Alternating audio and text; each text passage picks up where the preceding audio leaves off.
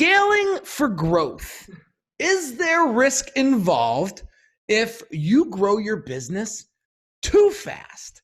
Today's topic of conversation on the Brand Doctor podcast is all about that. And I have a wonderful guest today that is really going to help us get to the bottom of this question.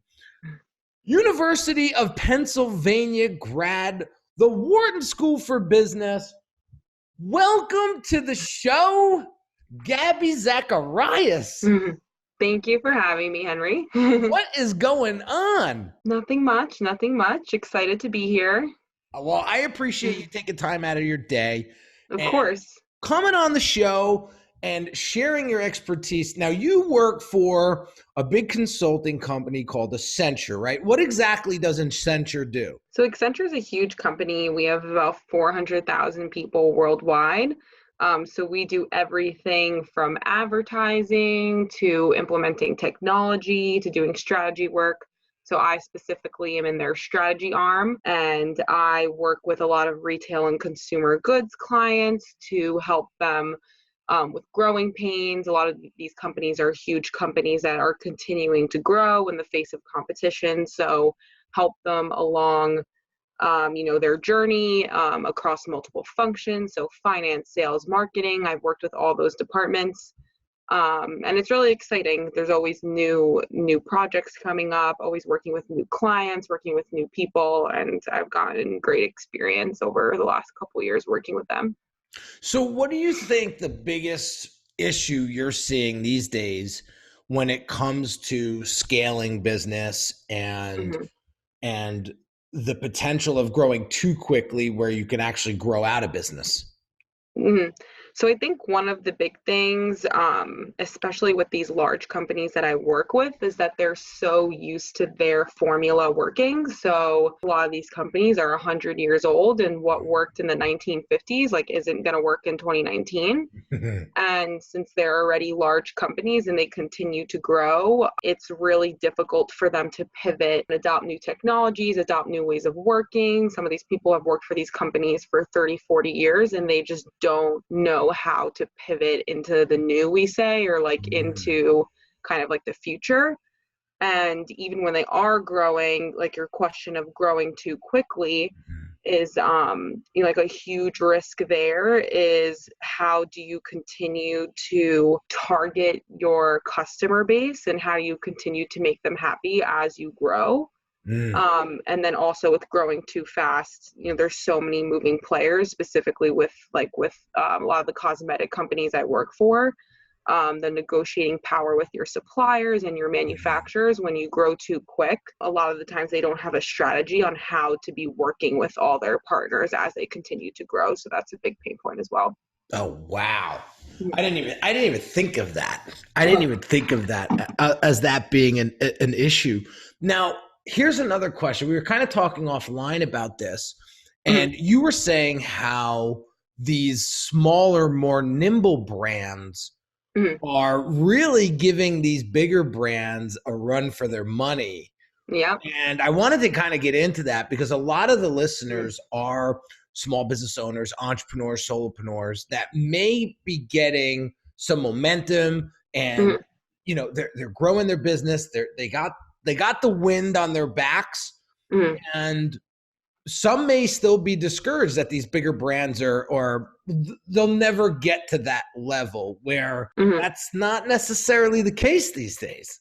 No, not at all. I mean, specifically, I'm using cosmetics again because I've been working with a lot of cosmetic brands recently. But these big brands like L'Oreal, Estee Lauder, they're definitely feeling competition from smaller products because these small companies, and they're even looking to acquire them. Like L'Oreal and Estee Lauder have acquired a lot of brands over the years because these smaller brands, working with a team of 100 people, are able to respond to market trends way more quickly than bigger brands. So bigger brands, they get stuck, if a trend, say a new makeup trend comes out, the process for them to get, the product to kind of sketch out the product, to get the formula ready, to send over to their suppliers, to their manufacturers, the whole process could take months. And then smaller brands with a smaller team they can pivot within, we've seen some brands a few weeks already have a new product as soon as like they responded to like say like a market trend in makeup. So these bigger brands can't keep up with the pace. Yeah, yeah. Yeah. I love, it's funny. Staying lean and mean and nimble Hmm. is an advantage now. And Hmm. it's so smart, and it's funny because I see more and more of these little micro influencers popping up on social media and just Hmm. absolutely dominating. And I see now the bigger brands reaching out to them going, "Hey, can you promote our stuff on your platforms?" Exactly. And then even moving to that too, like with influencers and with social media, a lot of these smaller brands are way more creative and quick to use all of these channels, because it's not just, like a woman now just doesn't go to a department store and talk to a lady at the department store to get her makeup. She's going on YouTube channels, she's going on Instagram, she's going on Twitter, she's watching bloggers put on makeup. Like there's all of these channels and there's all these people that you can partner with. And a lot of the times I think a lot of people just think it's black and white. Like you have some marketing ad on a billboard, a woman's going to go into the department store and get her lipstick. That's just not the way it works anymore. Yeah. There's just so many different channels that you can leverage, and like sometimes you're just like at the mercy of like influencers and bloggers. That brings up a question where, do you think that the bigger brands are going to stop with mass media marketing like television ads Mhm. and the let's say the big billboard ads, and go Mhm. more towards the more laser focused sniper rifle type of marketing versus the Yeah, bazooka in the yeah. future?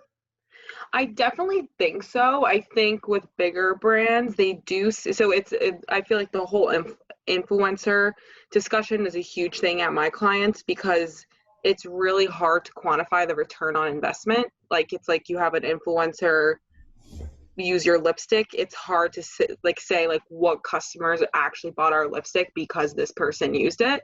Hmm. So like with these bigger like advertisements, like the only reason why I think they still use them is because it's more quantifiable and you can quantify the return on investment. And now bigger brands are trying to figure out like, okay, how can we figure out if we're getting a return on investment from these influencers? So they are starting to experiment more, especially you use the term micro influencer. Now there's these people that only have say 100,000 followers, but they're making so much money with these big brands using them because they target a very specific person, rather than getting like a Kim Kardashian to advertise it and you pay like 40 times the amount Yeah. rather than using a micro influencer. So I think they're in the process of experimenting Yeah, with Mike, that. it's funny. I mean, I think of it this way. Like, so when I do influencer campaigns with influencers that I know, Mhm. if I'm pushing a certain product, I'll either use a very specific URL, Mhm. right? I'll Mhm. create a new URL specifically for that campaign, or I'll create a coupon code for that specific campaign. Mhm. And I will know by the end of that campaign whether or not that influencer was actually influential or not, right? Yeah, that's great. That's like a good way to quantify it, having some traceability back to that. Right. Yeah, and I've I definitely can have hear, seen but that. I can still see how that could take 3 weeks for a large brand to even come Mhm. to put that together. Where somebody like me can literally use a software like ClickFunnels, and I can have that done in 20 minutes. Yeah, and that's like another thing is these big companies, technology is a huge issue, because say for a small company or like even yourself, you want to use a technology, you download it on your computer and use it. That's not the way it works when you have thousands of people working for you and you have all of these, like I'm not a like I understand like the trends in technology, but I'm not a person that like understands like computer hardware. Yeah. But even to implement like a new tool for like a finance function to use, they have to all give in their computer to IT. IT has to update everything. They have to get it approved legally that they can use it. And it's not that they can just pivot and use all these cool tools out there. It's like a process. So small companies, it's like if they like something, they act on it, and like it's on everyone's computer the next day, and like they run with it. Yeah. So it's just different. So what would you recommend, right? Because, the reason why I brought you on the show is because you have access to larger brands' thought processes, right? And I think a lot of folks that are coming up, they want to eventually scale to that level or greater. I have a client that wants to compete with Weight Watchers, and there's no doubt in my mind that they're going to do it once they're established and their brands develop and they scale. So my question would be, for those folks that are listening or watching, because we may put this on YouTube, what would you recommend if these guys are getting the momentum behind them and they're really ready to open up the floodgate or accelerate their growth?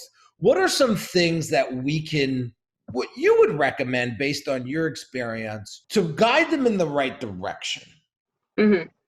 I think there's a few things. So like the first thing that comes into my mind is, and like my boss always says this to me, like you can't be everything to everyone. And that kind of just means like, a lot of the times people think the strategy to compete with big brands is we need to have, say I use cosmetic companies again, but like these smaller brands are like, we need to make the best foundation, the best mascara, the best concealer, the best hair products. That's not the way it works. A lot of these small brands, like for example, Urban Decay is like a huge brand, but like most people know Urban Decay for their naked eyeshadow palettes. And that's how they blew up, is that they found one product and they stuck with it. And like most people actually don't even know Urban Decay, but everyone knows like at least every woman knows what a naked palette is. And there's like other brands that have done that. They focus on one product and they run with it, and they are the brand that's known for that product, rather than a lot of smaller brands fail where they come out with these makeup lines with like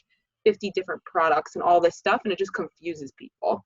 So it's better to just kind of know, like you can't be the Walmart, like, and everyone tries to be the Walmart, and you can. I mean, I'm not saying, not like, anything's possible, but it is more difficult to be the Walmart and try to just throw all these products in people's faces rather than to just be focused. And you might not win over every customer, but part of your process is you have to define your customer base and what they want and make, a small targeted product line for them. So that's like one of the things that I've noticed. And then just another thing is really thinking about where you're spending your money.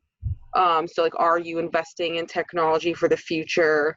Like, are you thinking like, are you forward looking? And it just, a lot of the times people think, oh, like invest in people, the people do the work, that's it.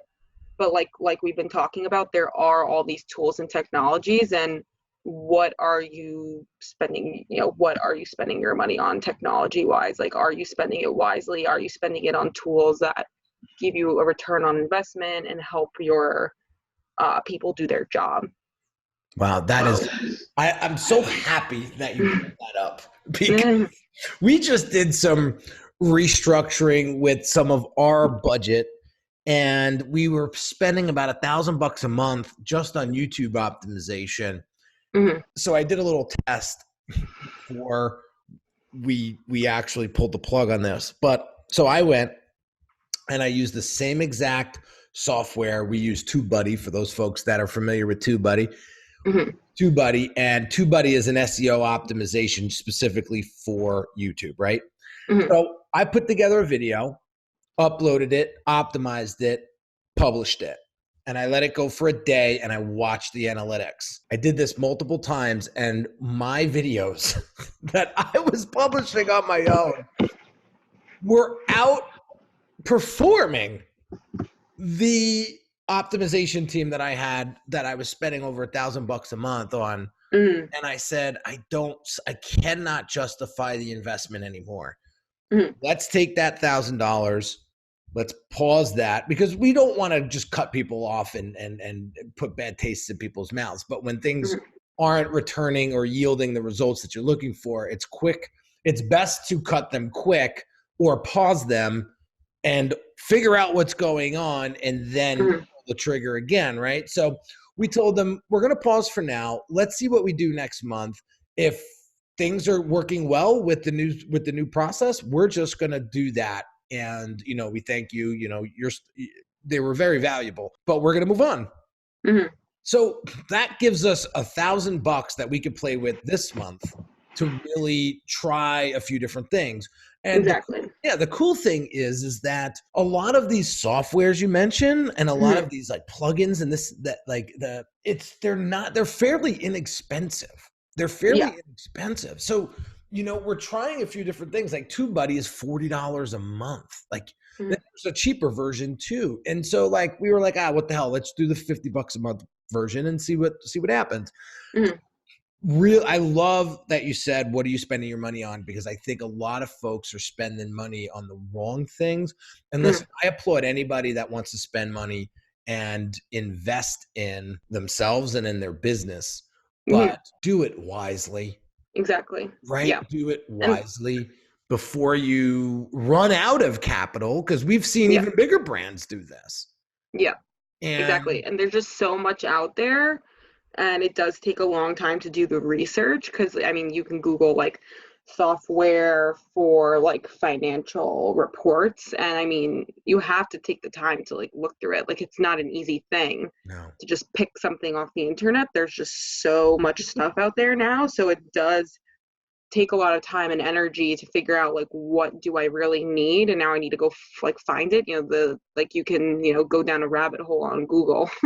Looking for some of this stuff. Exactly. And you could spend hours on this shit. And that's why it's like, maybe if that's not your thing, you hire somebody to do this. There's plenty of R&D firms out there that'll do that.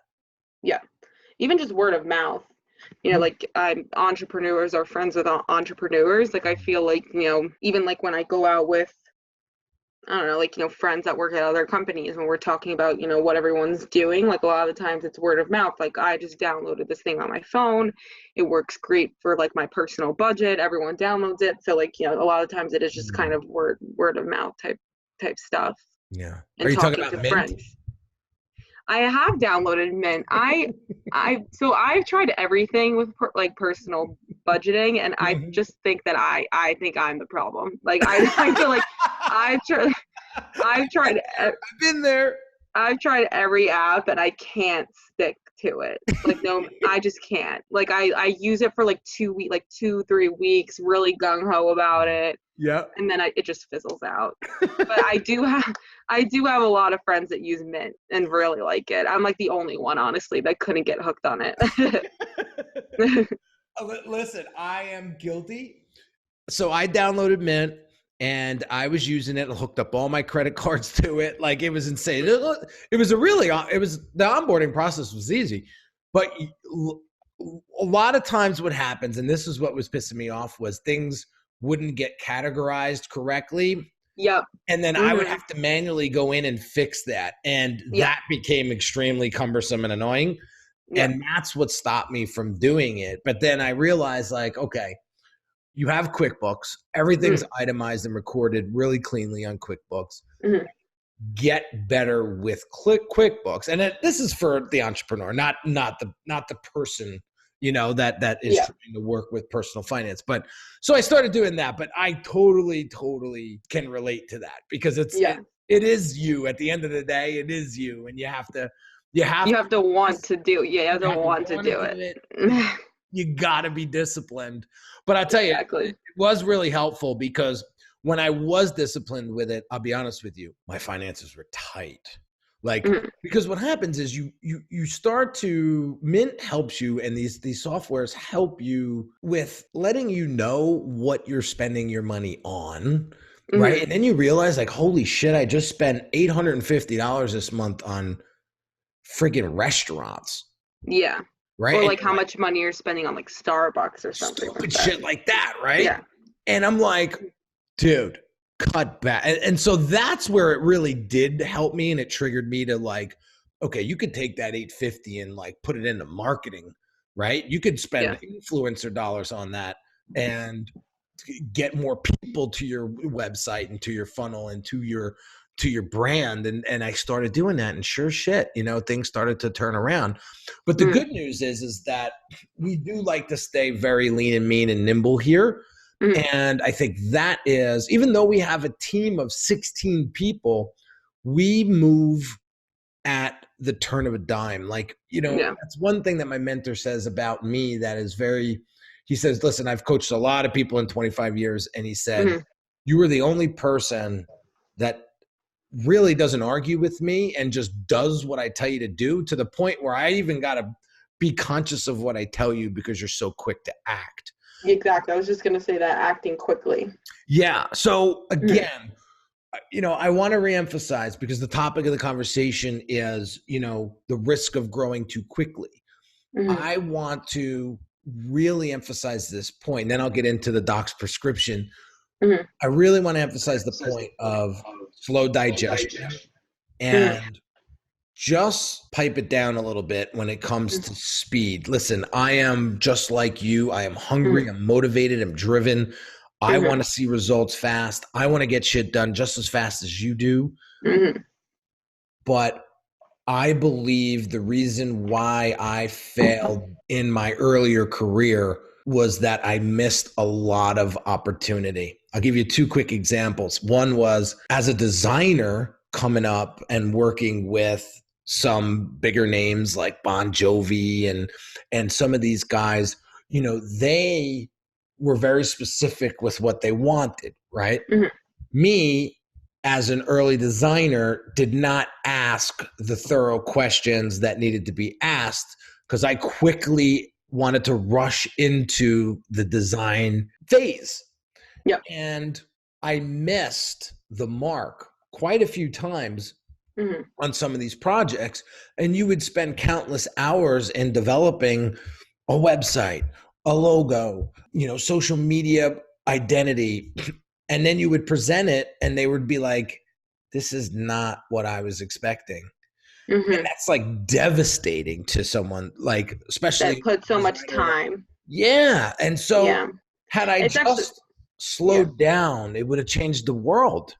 Yeah. It's actually funny that this is like your experience is another thing that we were just working on with my client for like an actual, a website's an actual product, but talking about like a physical once again, product. a beauty product, because I keep using these examples, but like what happens is that, companies, like the marketing people have the concept in their mind, they draw it out, present it to whoever to get it approved by the head of the brand. Then, all this stuff has to happen. They have to send it out to get it made. And then you have to think about the advertising. There's all these checkpoints. But no company, a lot of big companies are doing this now, and they're calling them stage gate checkpoints, where it's kind of like stop while you're ahead if this is not what we wanted. Because, without these checkpoints, we had some brands that were like, we made the product already. And then the head of marketing was like, I hate this. Like, I hate it. And then they're back at square one. So, there's all these checkpoints, like checkpoint 1, present the visual concept to XYZ people. Step 2, very clear steps. So it's like kind of like if you didn't make it through that gate, they call it, then you have to go back again, rather than sprinting and you make a product and then all of a sudden the leaders are like, what the hell is this? This is not what we want. And then you just wasted all this money. Oh my God. How many times does that happen? Yeah. And it's right. And then that's why sometimes for big brands, at least with small brands, you could act quickly and pivot and maybe get a new sample product quickly, depending on who your suppliers are. But with these bigger brands, it is hard to do that. If you already got so far down the line and now your head of product or marketing is asking you to go back, you just wasted a lot of money. Yeah. We're talking hundreds of thousands of dollars. Yeah. Yeah. So, wow. That is so true. There was another example that I had. So they call it stage gating?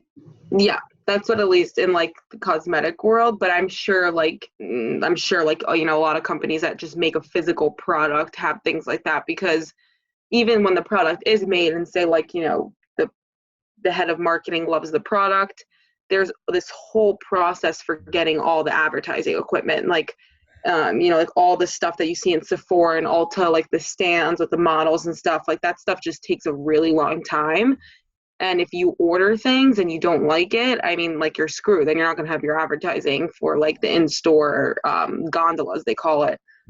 So there's like there's just so much shit that goes into it. Like it's crazy.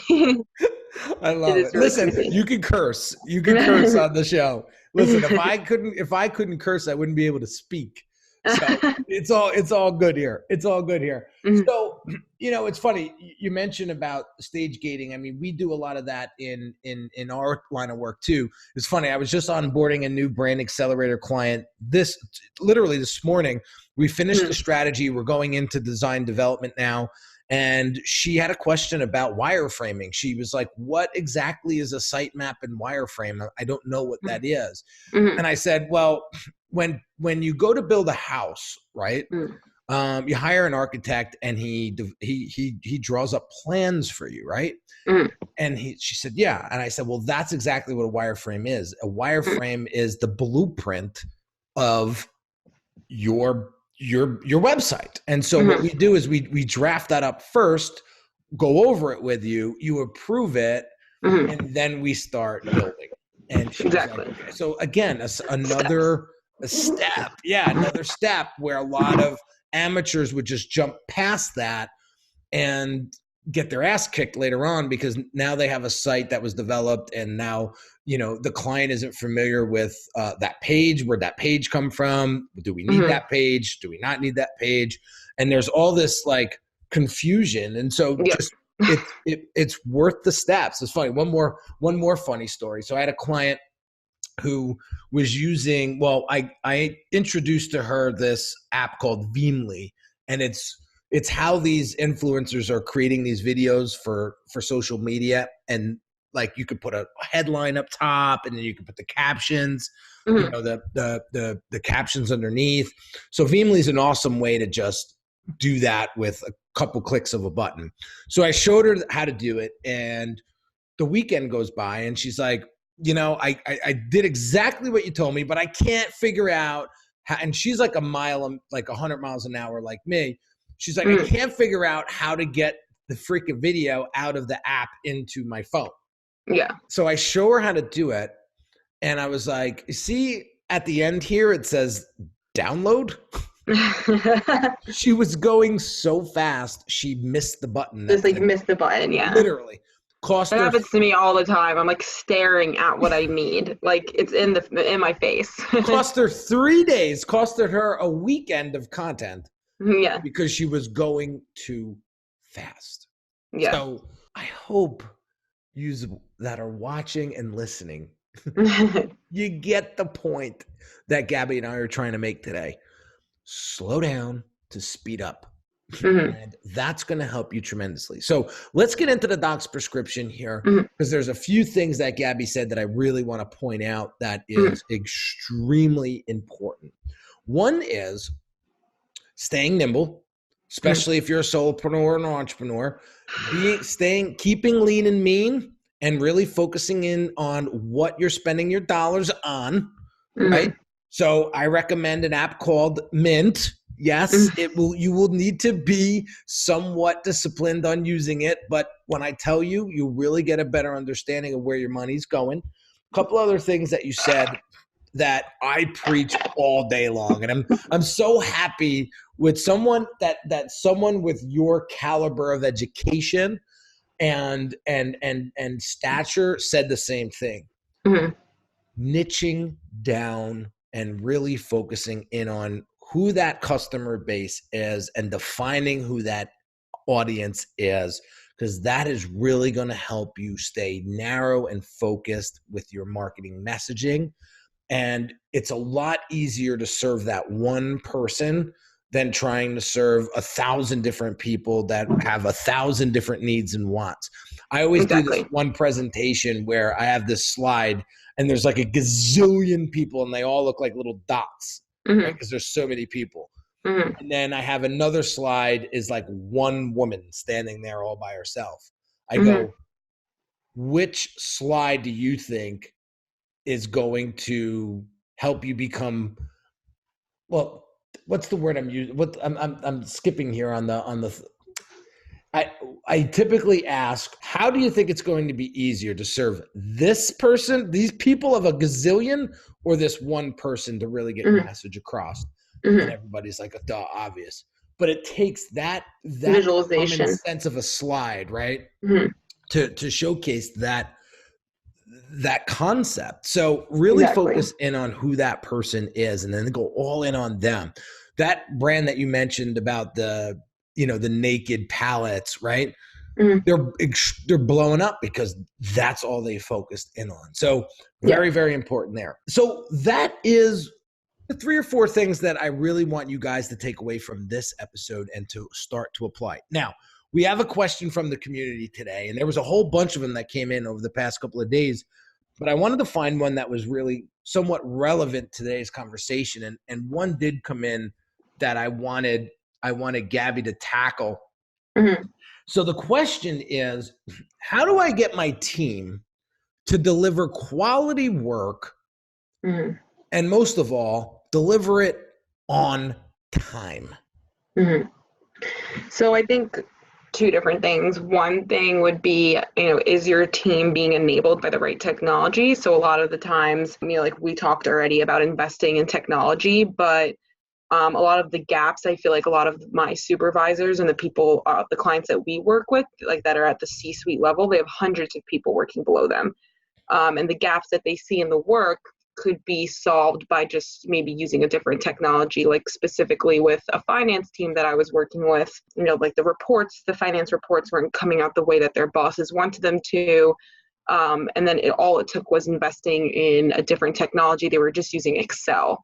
Like nothing fancy. So it took that push for them to invest in this new software tool that kind of just closed that gap of what they needed. Then their people could spend that other time, actually analyzing the reports, not just, spinning their wheels on creating something that wasn't meeting their boss's expectations. And then my point number 2, going into expectations, a lot of the times that when we are talking to these lower level people, the analysts, that report into our client counterparts, there's like a lack of communication in a sense where these analysts and these people that are actually doing the work just had never got the memo, like never got the message of what their boss wants and what's needed. So kind of closing that gap would be setting expectations, making sure that your people are clear on like what needs to get done. That could be through job, we've done that through job descriptions, through training, or just setting up meetings. Like it's just honestly amazing in these big companies, like people just talking amongst each other and there's no formal lines of communication to close that gap. So that would be my second point. I love it. I love it. For the folks that are solopreneurs, entrepreneurs that are looking for some of that technology to really help you, there's a few softwares that I use right away. I mean, the one we're using right now is worth every penny of the $58 I spend on it a month, and that's Zoom. So I use Zoom to do all my video conferencing with my team, with my clients.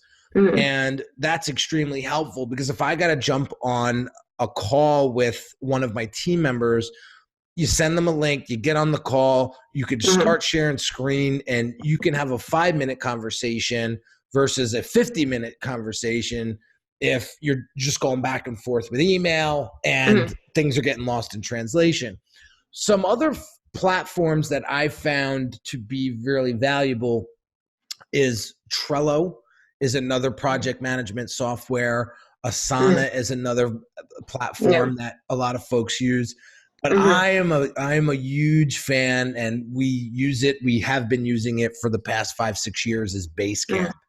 And these guys are brilliant, and they created this platform that is really customizable, and we create SOPs for everything. So standard operating procedure for everything. And it's very easy. When we onboard a new team member, they have to go through these SOPs. They have to watch the videos. They have to do a test, a fake test order, right? To make sure that they get it. And then it's not until then they get an actual project from us. Yeah. For a client. And so those are just some softwares. So leveraging tech, I couldn't agree more. And then you mentioned expectation. And I think that is such an important part. Listen, there is no such thing as a stupid question. There may be less valuable questions that you may ask, but I truly believe that there's no such thing as a stupid question.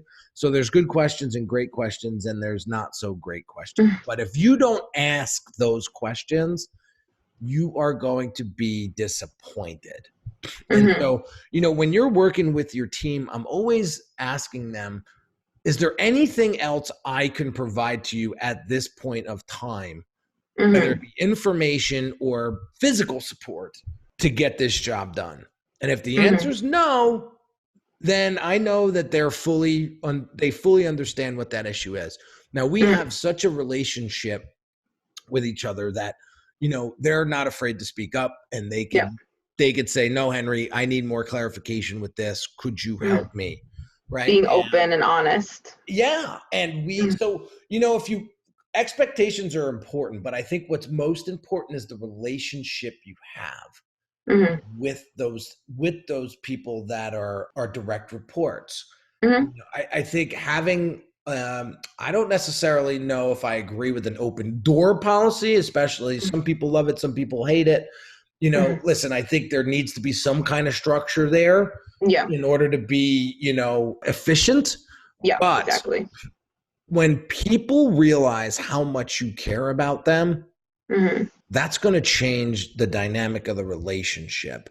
And they're going to be more open to, digging deeper with you and doing better work for you. So, I always try to share with my team, listen, here's a few things that we do. And some of you guys that have been watching me or following me for a while know that I do this, but every Friday, we have 16 people on staff, so it's a 16-week cycle, but every person gets 30 minutes with me on a Friday individually. And they could ask me anything, personal, professional, whatever.